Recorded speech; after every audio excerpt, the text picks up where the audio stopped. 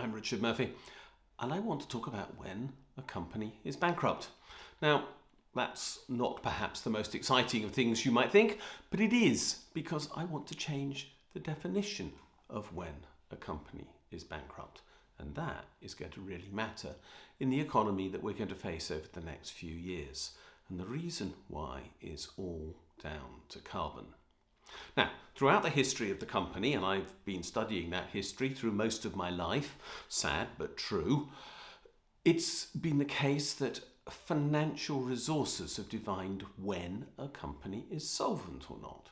If a company can pay its creditors, the people it owes money to, as they fall due, then it's deemed to be solvent and therefore is allowed to continue in business if its shareholders and directors so want.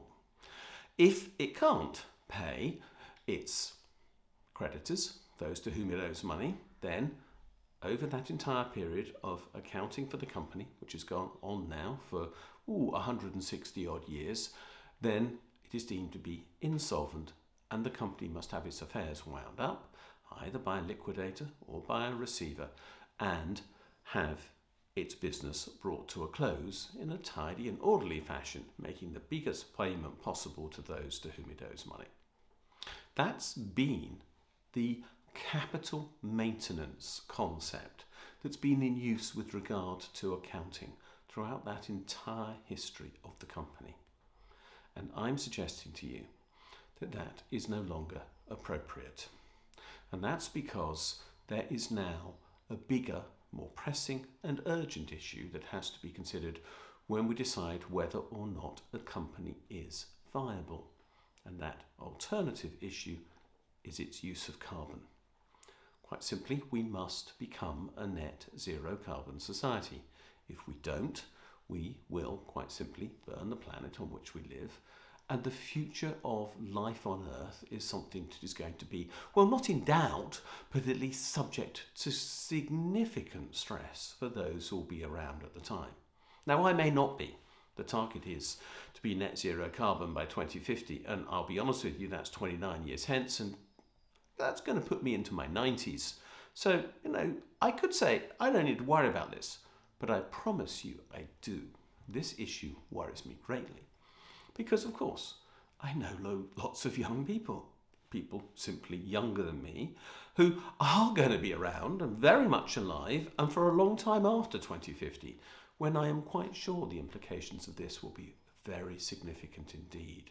So I want to make sure that the economy that we live in now changes to make sure that life can continue in a way that we recognise, in a way that is sustainable, in a way that ensures the people of this planet are not put under undue stress after that time.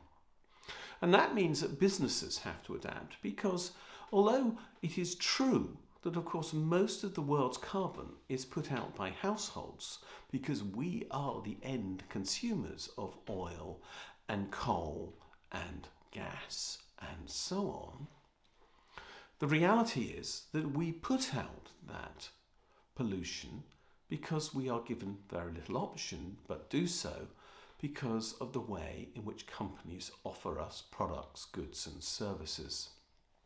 So, unless we change the way in which markets supply us with the things that we consume, we can't become net zero carbon. So changing the way in which businesses behave to make sure that they must become net zero carbon is critical. And that requires that they literally must now plan for that eventuality of being a net zero carbon company. Now that doesn't just mean that they're net zero carbon within their own activities. It means that they must not buy in carbon and they must not sell on carbon. So how do they buy in carbon? Well, they buy electricity, oil, gas, and that same implicit within all the other products that they buy. Think of a retailer, a supermarket. They will buy in carbon implicit in so many of the products that they sell on. The tin can, the plastic wrapping, the product itself, the way in which it is supplied to them, the electricity that they buy. all of those are bought in goods and services. They will of course generate carbon in the course of the selling of the product. The store itself will generate carbon, but just as significantly, there will be carbon consumption as a consequence of the products that they sell. And if the company is going to be net zero carbon, it has to eliminate carbon from its supply chain, from its own activities, and from its customer chain. Now this is going to be demanding. So far, very few companies have really addressed this issue. So we end up with the absurd situation where Gatwick Airport claims that it's a net carbon neutral airport. But it does that by ignoring the fact that every time a plane takes off, it sends bucket loads of carbon into the atmosphere. But it denies that is its responsibility because it says that's the responsibility of either the airline or the passenger. Don't blame us, it says. Well, I'm sorry, I do blame Gatwick Airport. They facilitate that carbon and therefore they have to eliminate it from their customer chain. And that's the whole point that I'm making. In my concept of sustainable cost accounting, I change the definition of what it is to be a viable company. A company that cannot eliminate carbon from its activities or cannot raise the money that is needed to do that is, I suggest, carbon insolvent. And carbon insolvency literally means that this company will not be able to survive into the era that we will have to live in if we are also to survive. And that is the era of net carbon neutrality. So this is a new test. It is a test that a company must pass. It is a test that must therefore be built into accounting. It is a test that every investment must have applied to it. Because if these companies are not suitable for survival, then they're also not suitable for investment by things like your pension fund. So this is data that we need to know. The future of accounting is not just about whether a company can now pay its bills.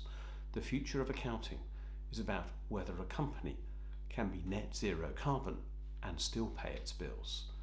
And that changes everything about the future of the profession of which I've been a member for more than 40 years.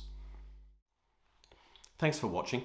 If you're interested in what I've been saying in this video, please subscribe. There is a button below the viewing screen. If you're interested in what I have to say on Twitter, I'm at Richard J. Murphy on that medium. If you want to look at my blog, that's taxresearch.org.uk.